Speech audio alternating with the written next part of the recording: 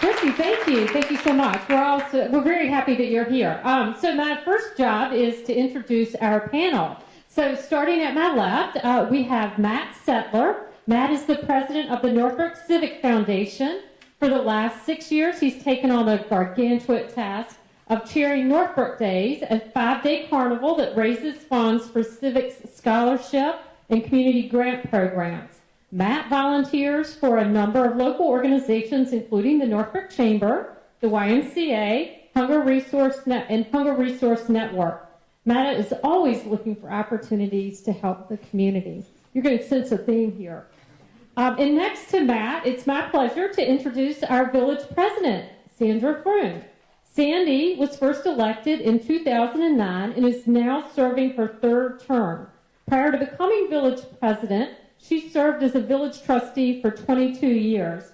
Sandy has lived in Northbrook for more than 40 years and is active in a range of community groups, including the Rotary Club of Northbrook and Northbrook Civic Foundation. Next to Sandy, Harley Corman.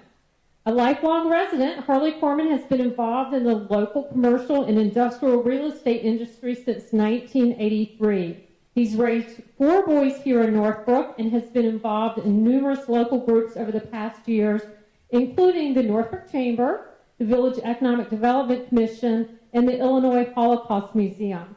His company, Corman Letter and Associate, consistently tries to give back to local endeavors, including the YMCA, Hunger Resource Network, Lynbrook High School, and the United Way.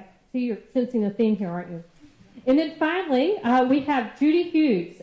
Judy Hughes is the president of the Northbrook Historical Society, a position that she has held for 20 years, and a board that she's served on since 1995. Over the years of being a resident, Judy has volunteered for a number of local organizations, including school boards. She was appointed the founding chair of the Northbrook Arts Commission and is now serving in her 25th year on the Village Economic Development Committee. She's co-produced an award-winning video about Northbrook and has co-authored 2 books on the community. So we've got a lot of great resources here.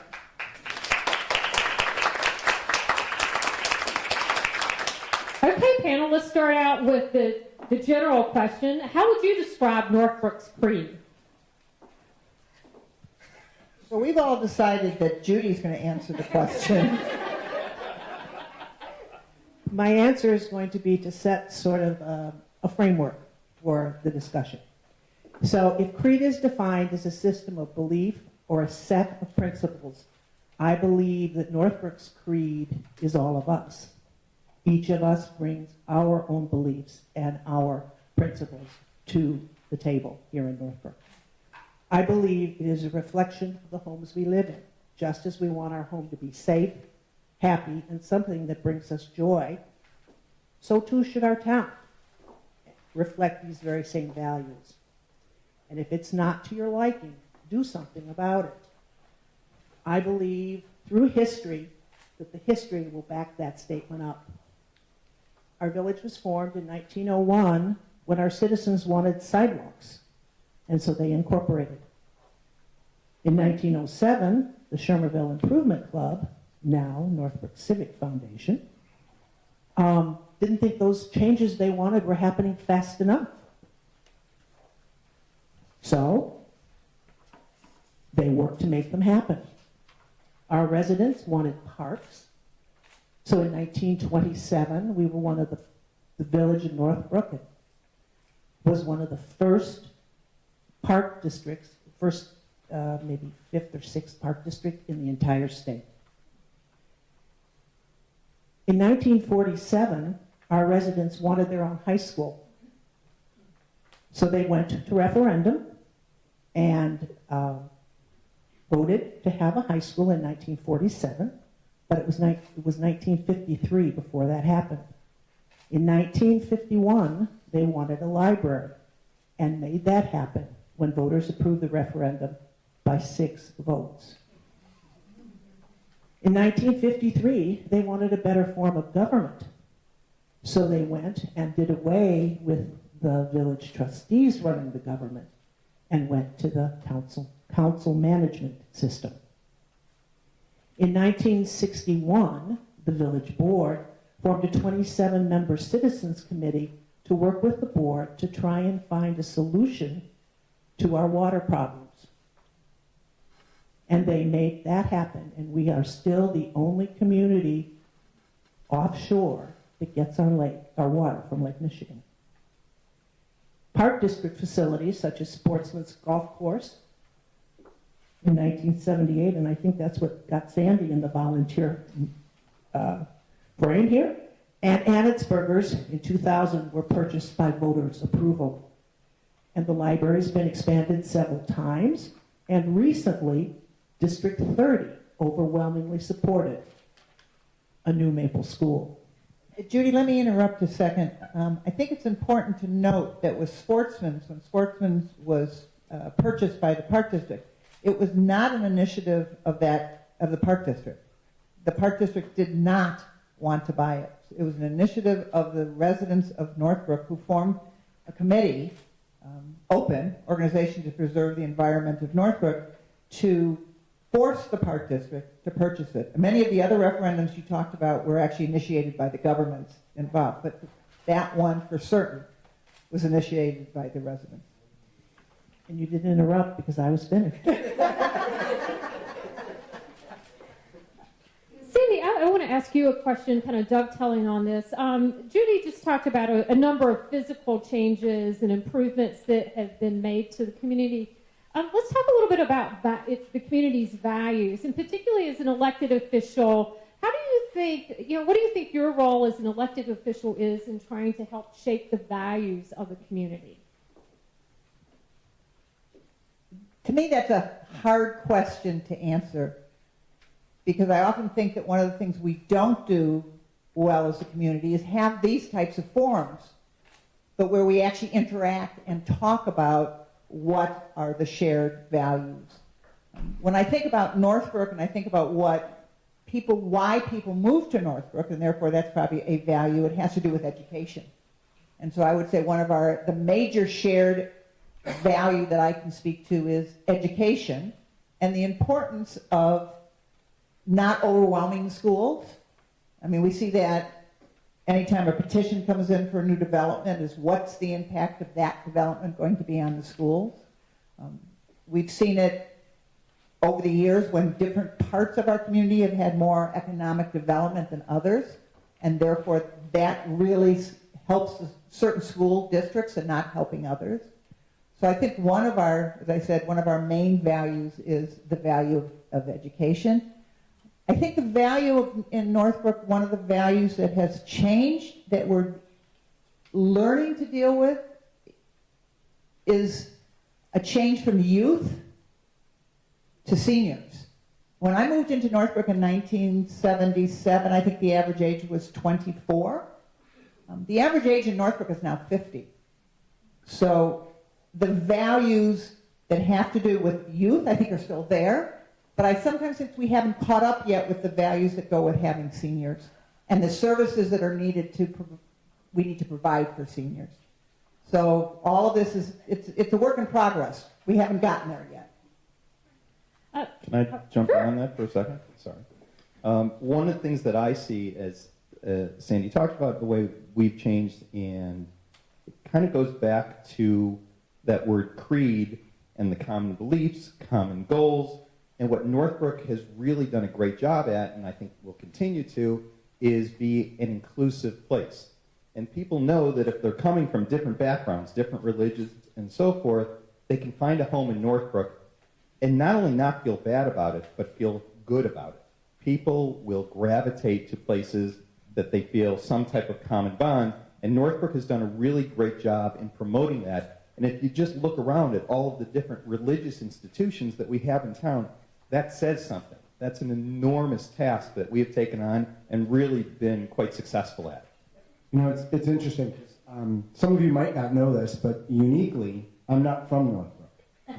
I'm actually from Buffalo Grove. My family and I moved there 3 years ago.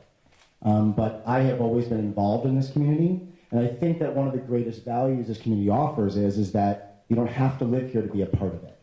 And my family has been embraced by the people at the Civic Foundation. And the friends that I have made and the connections that I've made throughout the village and the park district and the different people I've met has awarded us the opportunity to be a part of this village, even though I don't actually live here in this town. That just kind of, add something really quickly. Sandy mentioned the schools, but I think our parks and the library also add to our shared values. I was part of, have done some interviews with Northbrook Voices, which is a shared program between the library and the Northbrook Historical Society. And in our 150 interviews, everybody's story is unique, but it comes down to Northbrook is my home and why I feel comfortable here. And I also want to say that our values change times, and just as an example, when the high school opened in 1953, there was a rifle club there. And the kids brought their rifles to school.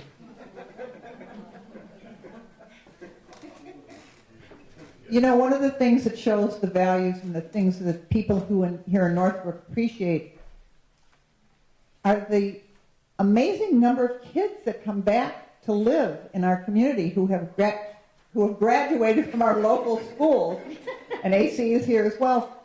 But I've got one of my kids who, when he graduated from high school, his comment was, "I'll never be back." And as soon as he had kids, he's back. And there are so many of them who feel that this, as Judy said, as we've all said, this is our home. There's something, I can't put my thumb on it, but there's something unique about Northbrook in that way. we certainly do have a great sense of pride. I know you all have lived here, with the exception of Matt, for a number of years. Can you think of instances when you really felt very prideful about Northbrook? Can I grab this one? Mm-hmm. I still remember it like it was yesterday. In 1972, during the Sapporo Olympics, the Winter Olympics, there was a Blackhawks game on. And the announcer said, at this particular moment, the medal count is Northbrook 3, Russia 2. And then when Diane Hullum and Ann Henning came back and we had this huge rally at Meadow Hill, it was one of the greatest events I've ever been to, and I was 11 years old. I still remember it, and to me, that was a sense of pride that will never go away. Northbrook was on the map at that particular moment, and it seems like most communities will rally around something great like that, and at the same time, Northbrook has a way of rallying around, unfortunately, some tragic events too, but Northbrook is strong, and we come together as a community during both the good and the bad. So that was just something I feel that pride is always going to be there for me, and yet I've seen us take on some heavier tasks. Judy, you talked, oh, I'm sorry, Sandy, did you want to add something? I just wanted to mention what I call the gems of Northbrook, and they're sort of, I talk about the hidden gems of Northbrook, and one of them is something that Judy has mentioned already, which is the water plant and our water facility. As she said, we're the only community that takes water out of Lake Michigan that is not on the lake itself, of all of Lake Michigan. So that's Wisconsin, Michigan, and Illinois. So, I mean, that's one of our unique things. The velodrome makes us unique. There's very, very few of them. And many of our businesses in town, and I think that so many of our residents don't realize the amazing businesses we have in town. I mean, we know we've got underwriters, we know what that does, but there's West Janey that when there was the earthquake in Washington, D.C., and they were trying to figure out whether the Washington Monument was stable enough, they went out to test it. They tested the arch in St. Louis. They test all sorts of things. We've got amazing, unique businesses in town that make us special. And I'm really proud of all of those, what I call hidden gems, that we have here in town. That's kind of a... I'm sorry, I've got to grab one thing since you mentioned it. And it goes back to that being proud of Northbrook and the hidden gems. And if anybody here has ever taken leadership and heard me say this, I apologize for being redundant, but if you haven't, if anyone here remembers, there used to be a furniture store up on Skokie Boulevard called Colby's, and their tagline was nothing more than Colby's, Chicago, Oakbrook, Northbrook. That's truly all you had to say. It was a pretty exclusive company. It was kind of fun. So that was another one of those prideful things that Northbrook residents could take just a lot of pride in. Sorry.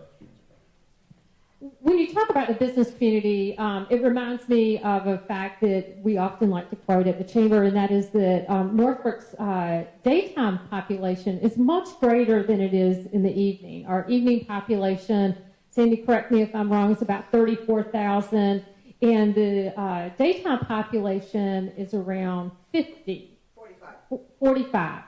And it reminds me of what Matt just said, that we really work hard to try to not only include just our residents, but also the business community and engage them and help them get involved so they feel invested in our community and want to contribute to it.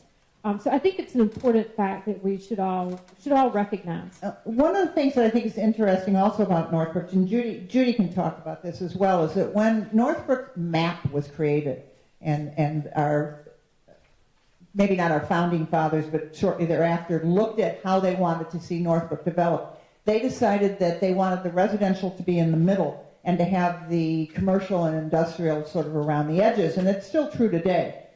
That's why along Skokie you have the businesses that you have, but that's why Northbrook Court is sort of where it's located. It's still true that we try to keep the residential in the middle.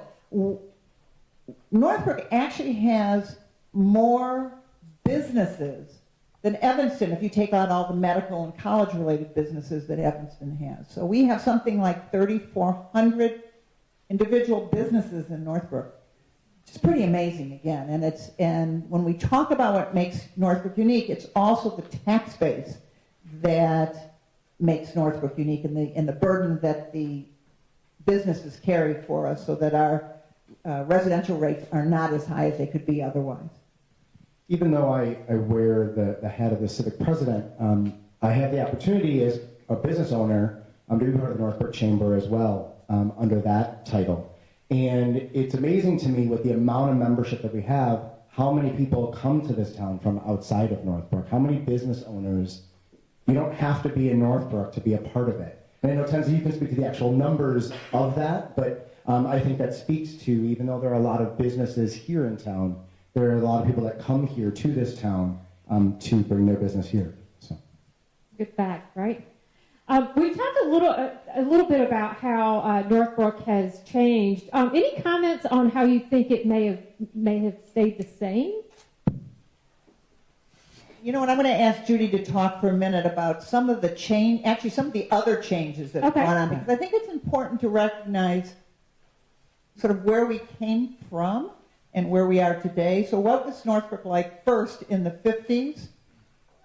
All right, well, or even before that? yeah, what I'd like to say is that change is inevitable. And where I work at the Historical Society, I often hear people talk about the way it used to be. And then when I hear those kinds of things, I think of all the generation of people from long ago, and wonder what they would think if they came to Northbrook today. I mean, think about that. Historically, some of the things we may not like today are things that 3 and 4 generations in the future are things that the young people who grew up here are going to look at nostalgically. So we may not be comfortable with the change, but change is inevitable. Right now, we moved here I've been here 57 years. So Northbrook is definitely more ethnically diverse than when I moved here 57 years ago. It's more religiously diverse, as Harley mentioned.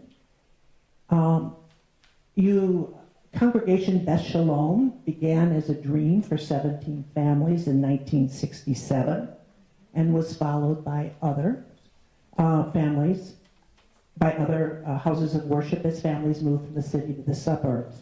The Islamic Cultural Center has been here since 1976. And Sandy, you want to talk about what happened after 9/11? We were talking earlier about how people react to different things, and I clearly remember, I was on the board obviously in 2001 when September 11th occurred, and we received a letter at the village saying, how could we possibly have approved the mosque? It was a shame, it should never have been done. How could it have been done so secretly? And my reaction was, it's been there 20 years. You know, you just noticed it. I mean, we still see some of that. We don't see a lot of it, but there was a lot more of that, and that's one of the things I wanted Judy to address. There was a lot more of that in Northbrook at one time, and it was against the Jews as well and other ethnic groups. And that's something that has changed, and I'm really glad it has, obviously. Right. Well, in 1940, our population was 1,285. By 1950, it was almost 3,500. By 1960, it was 11,635. And by 1970, it was 25,000. 1980, it was over 30,000. So there was an area of huge growth. And when the subdivisions first started coming to town, there were one builder who was building at least 3 subdivisions. Those subdivisions had restrictive covenants on them. And those covenants were that you couldn't have any temporary or permanent occupancy in a basement or a garage or a trailer or a tent or an outbuilding. There could be no trade or profession, no noxious or offensive activity or nuisance or annoyance, no outdoor or indoor signs, billboards, or advertising structures. They could be single family only, and that ownership was limited to Caucasian Gentile race. That did not mean that Northbrook was not a welcoming community. And I have a story to tell you about a gentleman who did more to help set the creed of our town than anyone else. His name was Bert Pollock. Bert Pollock came to town, a Jewish man who came to town in 1944, a little before 1944. In 1944, he was the Northbrook Day chairman. In 1945, he was elected president of Civic and the police magistrate for the village of Northbrook. In 49 through 53, he sat on the Plan Commission. He was our village president from 1957 to 1969. He served on a citizens committee instrumental in the formation of the library, secured riparian rights from North Shore Congregation of Israel, where he went for worship, for the construction of a pumping station to bring Lake Michigan water to Northbrook. So he and other families were welcome in town. Some of the builders had these restrictive covenants that in the 50s were outlawed. And as our population ages and new families come to town, these trends are going to continue. And a little story, our oldest son, when he went to school 50 years ago, there was one child in his entire school who spoke a language other than English. When he went to high school, there was one child in his high school class who was an African American. Now, 3 of our elementary districts, because I don't have the statistics from the 4th elementary district, there are 35 languages spoken at home in 3 of the elementary schools. Some of them only share one language, and 12 of them share, 2 of the districts share people with 12 of those languages. There are 9 languages that are consistent all the way through the school districts. Which are? Greek, Hindi, Malayan, Polish, Spanish, Gujarati, Korean, Mandarin, and Russian. And the 4 top languages are different in each school. District 27, it's Russian, Korean, Polish, and Spanish. In District 28, it's Korean, Russian, Polish, and Spanish. And in District 31, it's Mongolian, Korean, Spanish, and Russian. So we have people from all over the world, and it's really, really important that we continue to be, as Harley said, welcoming. So in terms of other communities, Cindy, perhaps you'd like to answer this. What do you feel like our obligation is to our surrounding neighbors and maybe the greater Chicago area? My sense is that our strength as a community also rests in our relationships with our neighbors and how we all depend upon one another. And so I do think we do have an obligation, often because our services are interrelated. I mean, a really good example is we all remember a month or so ago when we lost water pressure in town, and we had no water for a short period of time. We immediately have connections that were opened between Northbrook and Glenview, Northbrook and Highland Park. We're about to build one between Northbrook and Deerfield so that we have water connections, so we can get water. Jim Reynolds, who is one of our former public works directors, helped with getting a lot of these interconnects going. And it's really important that we have them because we depend upon one another. It was very interesting. I was at a presentation where we were looking at responses to, God forbid, an active shooter at a mall. And we were sitting around a table, and they said, well, if the mall is in Northbrook, it's not Northbrook Court, but if there's a mall in Northbrook, how quickly will you get there? Northbrook. Within 2 minutes. And they turned to Highland Park and said, and how quickly will you be there? And they said, 4 minutes, because we monitor each other's, all the calls. So we are very dependent on one another. And it's really important that we all maintain our services at a certain level so that we can provide the help that's needed. When we had that big fire in Stonegate earlier this year, I think there were 15 fire departments there. I mean, we cannot provide everything we need all the time ourselves, so we depend on others to help, and we help others as well. And so I do think it's really important that we look at the region often as a whole rather than as communities individually. I see both Harley and Matt picking up the mic. So go ahead, Matt. I was going to speak on the nonprofit side of things when it comes to neighboring towns and communities. Specifically for Northbrook Days as our main fundraiser for the Civic Foundation, it wouldn't survive if we didn't rely on the surrounding communities, not only for support from vendors and corporate sponsorships, but also from the attendees. While it'd be great. We love that Northbrook residents come out to Northbrook Days. We get residents from all over the Chicagoland area. We get people from Indiana, from Iowa, people that come back to town from Colorado. They're from all over the place, and we wouldn't be as successful if we didn't have the surrounding communities to help us out with that. I want to add just one quick thing to what Matt just said. He said Northbrook Civics fundraiser. Every dollar they make comes back into this community through scholarships and other ways to help our community. Right. Hey, Harley, I think you could add to this when we're talking about the local economy and how it isn't isolated, it is intermixed with our surrounding communities in the greater region. It definitely is, and I'll hit that in a second, but I want to go backwards and talk about, Sandy was talking about how all these communities are out to help each other whenever possible, and we absolutely appreciate that. But I think it's important that we have great competition with all of these other communities. It makes us better. You talk about how great the school districts are in Northbrook, and they are. It's because in Glencoe and Deerfield and Highland Park and Glenview, they've got great school districts. It forces us all to up our game.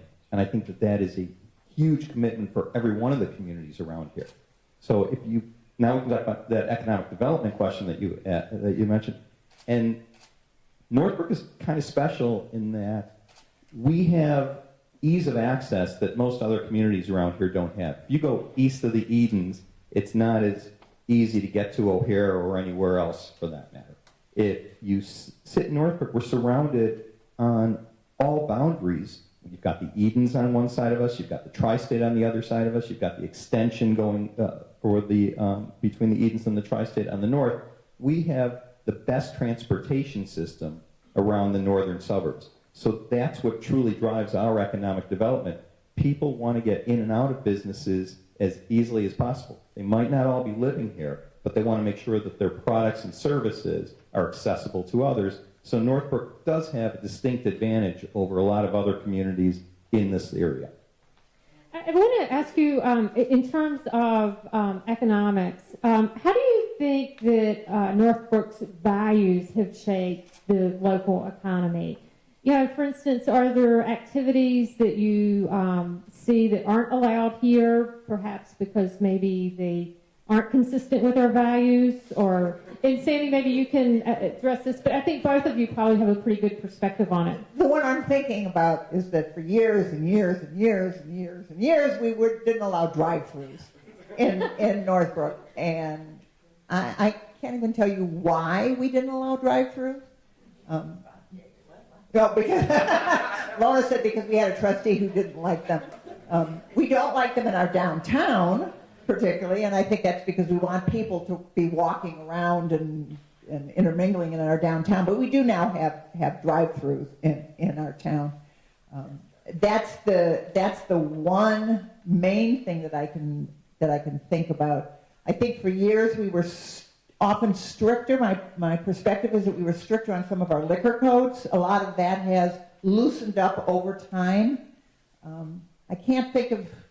Perhaps how you, I know the board has had a recent conversation about cannabis and... that was interesting because when cannabis was first introduced for medical cannabis, our attitude at the board at the time was that we wanted to have it in a very restricted areas, and we did, and we didn't have any dispensaries in town.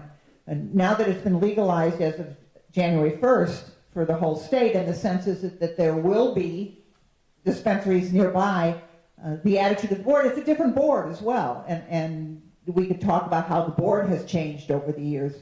But the board, this board has basically said, yes, we would like to have a dispensary here in Northbrook, and we would like the taxes that go with it, because if it's going to go on and people are going to be users and are going to be in our town anyway, we might as well get some of the benefit of that. And actually, Tuesday night, we had a dispensary come forward with a proposal. It has to go through the whole process and through the plan commission, but yeah, I mean, I think that over the years, different boards react differently to different things. Judy, you want to add something? I just want to add about the changes in boards, if I could. Sure. It wasn't until, with the exception of the library, which opened in 1951 with a female head, it wasn't until the 60s, 70s that women had a leadership role in any of the organizations. The first Park District Commissioner was Linda White in 1971. She later served as their president. And Molly Hamer, who's now the director, is the first female director of the Park District. The village board's first female board member was Sally Probst in 1963. There have been 2 presidents of the village board.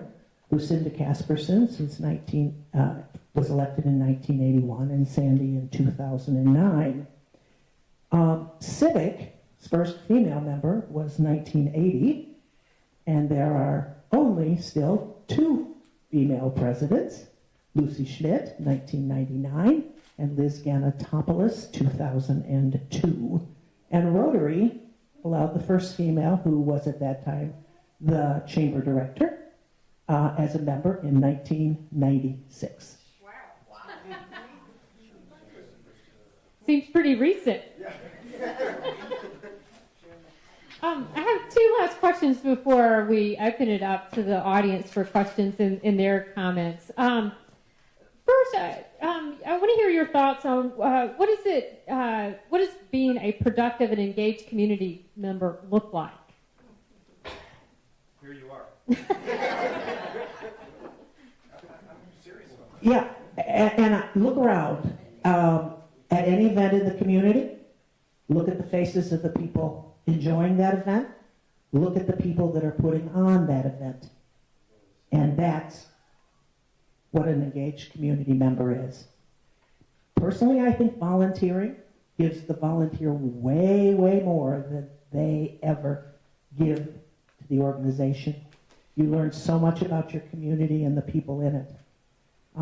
And it's a wonderful way, a life to live. And Matt and I were talking about this yesterday, and I think an engaged volunteer, an engaged community member is someone that steps up, offers their service, and offers solutions. Just doesn't complain. Someone once told me that what I needed to do was have this piece of paper next to my phone that had every activity I was involved in. And when someone called me, I was supposed to cross off one of those activities so I could add another one. That never worked for me. I mean, I only added, I never took off. But I think, volunteers, community members that care about the community don't say no. They say, what do you want me to do? And how can I help? And have you thought about this? But they don't just sit there and complain. It's funny you say that, Sandy, because with Northbrook Days and being the chairman, we get a lot of different ideas. We get a lot of people that complain. And I like the people that complain because they're the challenge. They're the ones that I want to work with to bring them on board, to get their ideas out in the open, because those are the people that are going to help shape what the festival looks like. All the ideas that come to us throughout the year, we've been doing those ideas for years. We've been trying new things, but the people that are sitting back, that have a voice, that don't know how to use it, are the people we want to bring forward. Harley? I think that Northbrook, like any other community, has, unfortunately, during certain times, the NIMBY attitude, not my backyard. But if you go to Georgie V's on a Saturday and Sunday, that's where Northbrook comes together, a place like that. Because it might not be in my backyard, but you get the chance to have conversation with people in a place like that. And what I've seen are the residents of Northbrook are welcoming to different ideas, but like you guys are saying, come up with some solutions. That's what I see as the best of Northbrook, is when we come together in those informal situations to discuss things. And I just wanted to mention that there are so many different ways to volunteer in Northbrook, and it's not simply through the chamber or through the Civic Foundation or through Rotary or through the Northbrook Historical Society. It's through your church. It's through, the village of Northbrook must have 20 commissions that we're always looking for people to be part of. Anything from, the Plan Commission is the one everybody wants to be on, but there's also the Economic Development Commission, or there's the Environmental Control Commission, or there's the Youth Commission. We've got all of these commissions, and the other groups have, there's the PTA, there's stuff for the Park District. There's so many ways, if you want to get involved in the community. And I know we're going to open it up and answer questions, but sort of to wrap up what we've been talking about, Northbrook is only as strong as every one of us is. And I do feel that Northbrook cares, and each individual cares, and we need you to do so, and we need you to get involved, and we need you to volunteer, and to help all of us together to make our community stay strong and where we want to live. All right, now that you've motivated everyone, Can I any add- last? Yeah, can I add something to that too? There, as Carly said, you're engaged because you are here. But find a passion. There's a place for you in town, whether it's for an hour a day, an hour a week, an hour a month, or more. There is a place for you. Show your support by attending community events and programs. Invite a neighbor or somebody you just met to come to one of these things. Help get them engaged. You think you know a lot about this town? Probably not. Go sign up for the Chamber's Leadership Northbrook. It meets one day a month. You will come away from there with so many new ideas and so many good feelings about what Northbrook is all about, so that you too can get involved. And I've got a personal one. Please, if anybody likes to do interviews, come talk to me. We want to do more Northbrook interviews. But we can't do them if I'm the only one that's doing the interviewing. I need people to help me interview. And then once we get more interviewers, come have your story told so that we can carry it on. The African proverb of when an old man dies, a library burns, is why we feel it's so important to take your Northbrook stories and pass them on to generations ahead, and so that the school children can learn about the town, whether it be in the 40s, the 50s, the 60s, the 70s, the 80s, and into the future.